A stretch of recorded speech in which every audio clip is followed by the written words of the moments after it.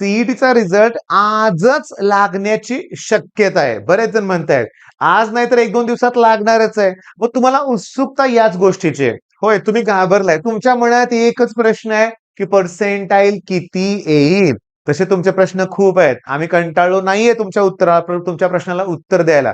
म्हणून तर सांगतो, बऱ्याच मुलांनी प्रीमियम बॅच घेतलेली आहे. याच्याविषयी जास्त बोलणार नाही. या नंबरवर कॉल करून एक्स्ट्रा माहिती घ्या. डिस्क्रिप्शन मध्ये डिटेल्स दिलेलेच आहेत, लक्षात घ्या. ऍडमिशन ऑलमोस्ट फुल झालेली आहे. महत्वाच्या मुद्द्यावर बोलायचं आहे, marks versus percentile. Last year एक मुलगा माझ्याकडे होता 106 स्कोर आउट ऑफ 200. ओके, अतिग्रेला होता तो. ओके, 11वी-12वी जेईची प्रिपरेशन करत होता. शेवटच्या एका महिन्यासाठी तो माझ्याकडे आला होता. ओके, एक्स्ट्रा ऑर्डिनरी स्टुडंट होता बरं का, पण स्कोर अचीव्ह केला त्यानं. मी तुम्हाला सांगतो 106 पण छोटा स्कोर नाहीये, खूप चांगला स्कोर आहे. मग मी त्याच्या वडिलांना म्हणलं की आपल्याला 96 पर्सेंटाईल येणार, 96 प्लस. ओके, मी त्यांना सांगितलं होतं, मी त्यांना हे सांगितलेलं होतं 96 प्लस पर्सेंटाईल येणार. मी तुम्हाला सांगतो, ओके म्हणले, ते गेले. चला ठीक आहे, सगळं चाललं होतं व्यवस्थित म्हणूया आपण. सीईटीचा रिझल्ट जेव्हा गेल्या वर्षी लागला ना, ते इतक्या आनंदात माझ्याकडे भेटायला आले होते आणि म्हणले, सर कसलं परफेक्ट तुम्ही अंदाज केला, बरोबर 96 प्लस पर्सेंटाईलच आलेत त्याला. माझे सगळे मित्र मला म्हणले होते शक्यच नाही, एवढ्या कमी स्कोरला एवढे पर्सेंटाईल येतोय, पण आले. पण थांबा, आता मी क्लिअरली सांगतो, पर्सेंटाईल तुमचं जर तुमचे स्कोर जर 130 असेल, तर मी तुम्हाला सांगतो तुम्ही थोडस प्लस मायनस पण 99 पर्सेंटाईलचा आकडा गृहीत धरा. होय, विश्वास ठेवा.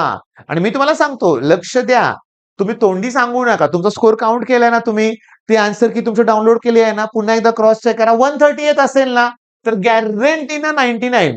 फायनल मी तुम्हाला सांगतो, लक्षात घ्या, 99. ओके, आता मी तुम्हाला सांगतो 120 आणि 130 याच्यामध्ये असेल तर तो स्कोर 98 प्लस कडे आहेच.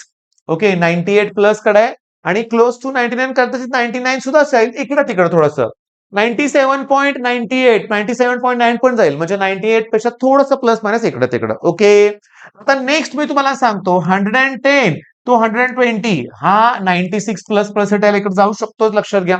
थोडं इकडे तिकडे म्हणूया आपण. त्या मुलाचा स्कोर 106 होता. ओके, तर इथं मी तुम्हाला सांगतो 100 प्लसचा तर एकदम हे करूया आपण बरं का, तर तो 95 प्लस जातोय स्कोर. किती सांगा? 100 प्लस 95, 96 म्हणूया आपण. आणि आता मी तुम्हाला सांगतो, खूप मोठा ब्रॅकेट घ्यायला लागलोय मी इथं. मी थांबा एक मिनिट, एक काम करूया, 80 ते 90 म्हणूया आपण, 80 टू 90. जर तुमचा स्कोर 80 टू 90 असेल तर तुमचं पर्सेंटाईल हे, ओके ओके थांबा, मी इथं 90 टू 100 घ्यायला पाहिजे होतं बरं का. मी 90 टू 100 घेतोय. याच्यात तुमचं पर्सेंटाईल हे गॅरंटीनं 90 टू 95 असेल, 90 टू 95. आणि तुमचं जर 80 टू 90 असेल, 80 टू 90, तर मी इथं थोडंसं तुम्हाला गोंधळ वाटेल, पण मॅच करतोय मी, म्हणजे थोडंसं मिक्स होईल असं वाटतंय. 85 टू 90 कडे जाऊ शकतं, लक्षात घ्या. पण माझं काय म्हणणं आहे, मी सांगतो, लास्ट इयर माझ्या 3 स्टुडंटला 77 77 77 होते. मी यांना म्हणलो होतो close to 90 percentile, close to 90 आहेत, 89 पडले. एका स्टुडंटला 84 83 होता, 93 पडले. 98 होतं पर्सेंटाईल, मार्क्स 98 होते, 94 पर्सेंटाईल. मग 98 ला 94 हेच फायनल आहे. ओके, हा एक अंदाज नाहीये नुसतं, तर हे दरवर्षी मी बघितलेला रिझल्ट आहे. दरवर्षी मी हा रिझल्ट बघितलेला आहे, हे फायनल आहे, लक्षात घ्या.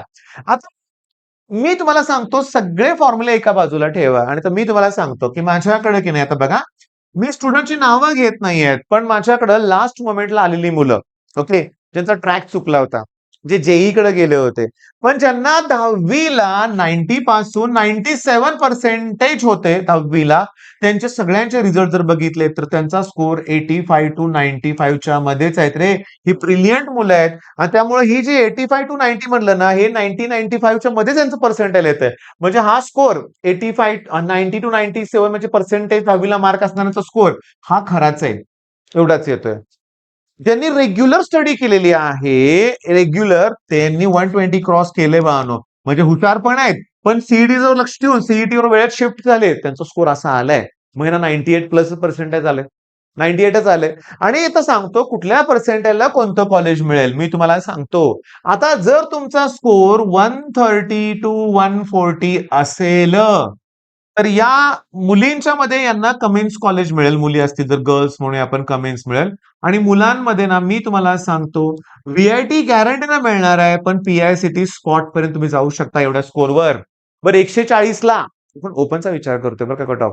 कास्ट वाईज बदलतं रे, मला माहिती आहे कास्ट वाईज हे खूप बदलतं लक्षात घ्या. पण मी तुम्हाला सांगतो की ओपनचाच विचार करूया. मग मला सांगा हे ड्रीम कॉलेजला किती लागतात सांगा, सीओपी वगैरे सीएस सारखी ब्रांच पाहिजे असेल तर मी म्हणतो 160 हे स्पॉटचा पकडतोय मी स्कोर बरं का. 160 स्पॉट साठी पकडतोय. 170 टू 180 एवढा स्कोर असेल तर सीओपी गॅरंटी मिळणार आहे, तुम्हाला लक्षात घ्या. आपण सीएसचाच विचार करतोय फक्त टॉपच्या ब्रांचचा, लक्षात घ्या. सिव्हिल, मेकॅनिकल, इलेक्ट्रिकल, मॅन्युफॅक्चरिंग यांचा कट ऑफ खाली असतो सीओपीत, पण लक्षात घ्या. मग या मार्काची मुलं सुद्धा इकडे जाऊ शकतात. पण मी तुम्हाला सांगेन ब्रांच कॉम्प्रोमाइज करू नका कॉलेजसाठी. हो हो, तुमची ब्रांच इम्पॉर्टंट आहे.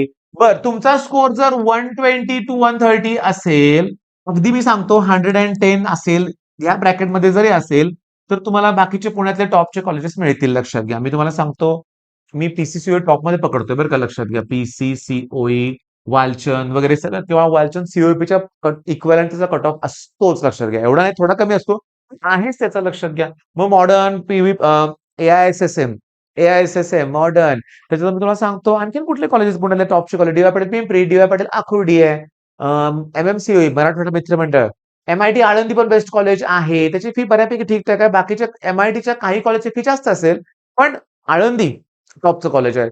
कॉमेन्स मुलींसाठी सगळ्यात बेस्ट कॉलेज आहे. मला रिव्ह्यूज त्याचे खूप चांगले येतात बरं का. मग आता मी काय सांगतोय तुम्हाला, आता लवकरात लवकर येईल ओके रिझल्ट. रिझल्ट आला की तो ऐका रे माझं, मी सारखं सांगतो तो पहिल्या अटेम्प्टचा असणार आहे. दुसऱ्या अटेम्प्टचा नंतर येईल रे. काही लोकांचा दुसऱ्या अटेम्प्टला स्कोर वाढलेला आहे.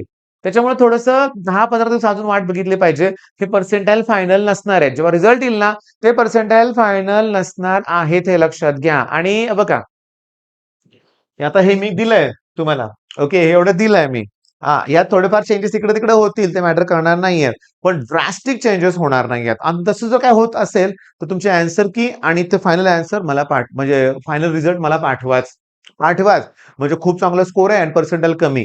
कारण काय ग्लिच असेल तर आपण त्याच्या विरोधात जाऊ शकतो. पण प्रूफ म्हणून आन्सर की. आता इथं शॉकिंग दरवर्षीप्रमाणे बऱ्याच मुलांनी आन्सर की डाउनलोड केलेल्या नाहीयेत. ओके, हे पालकांची दिशाभूल करता येतं. मी तुम्हाला सांगू का, जस्ट मी एक सांगतो, माझ्याच व्हिडिओ खाली एका मुलानं चांगलं कॉमेंट केलं बरं का. मी सांगतो वाचून दाखवायला काय हरकत नाही, ते कॉमेंट लक्षात घ्या. वाचून दाखवायला काय हरकत नाही तर. आता भाषा थोडीशी वेगळी आहे त्याची, की वर्षभर अभ्यास नाही करायचा, म्हणजे त्यानं होळीतलं ते सिम्बॉल कळालं, वर्षभर डॅश डॅश फिरायचं, अभ्यास नाही करायचा आणि लास्ट मोमेंटला पालकांची दिशाभूल करायची. ओके, एका मुलानं कसं कॉमेंट केलं की सर मला टोटल 207 मार्क पडतात आणि 60%, गमतीने केलंय कॉमेंट बरं का. म्हणजे मी क्लिअरली सांगू का, मी असा एक व्हिडिओ बनवलाय ओके, की रिझल्ट आल्यावर स्कॅम स्कॅप करत फिरतात मुलं. नाही मला एवढा स्कोर आलाय, तेवढा स्कोर आलाय. इंग्लिश सांगू का, एका मुलानं आमच्या कॉल काय म्हणला, की सर फिजिक्स मध्ये माझा 57 स्कोर आलाय. नाही म्हणलं फिजिक्स मध्ये 57 कसा येईल पीसीबी ग्रुपमध्ये? 50 मार्काचा फिजिक्सचा पेपर आहे. 57 कसे पडले? नाही नाही सर ते पर्सेंटाईल पडले. मग पडू दे ना पर्सेंटाईल, मग पण ते तेवढंच असणार आहे ना. पर्सेंटाईल 0 पासून 100 पर्यंतच येणार आहे ना, लक्षात घ्या. तर नको त्या गोष्टीत वेळ घालवू नका. उगाच दिशाभूल नकोय. तुमच्याकडे आन्सर की असेल तर बोलायचं, लक्षात घ्या. आन्सर की डाउनलोड केले असेल तर मग ऑब्जेक्शन घेऊयात जोरात आपण, लक्षात घ्या.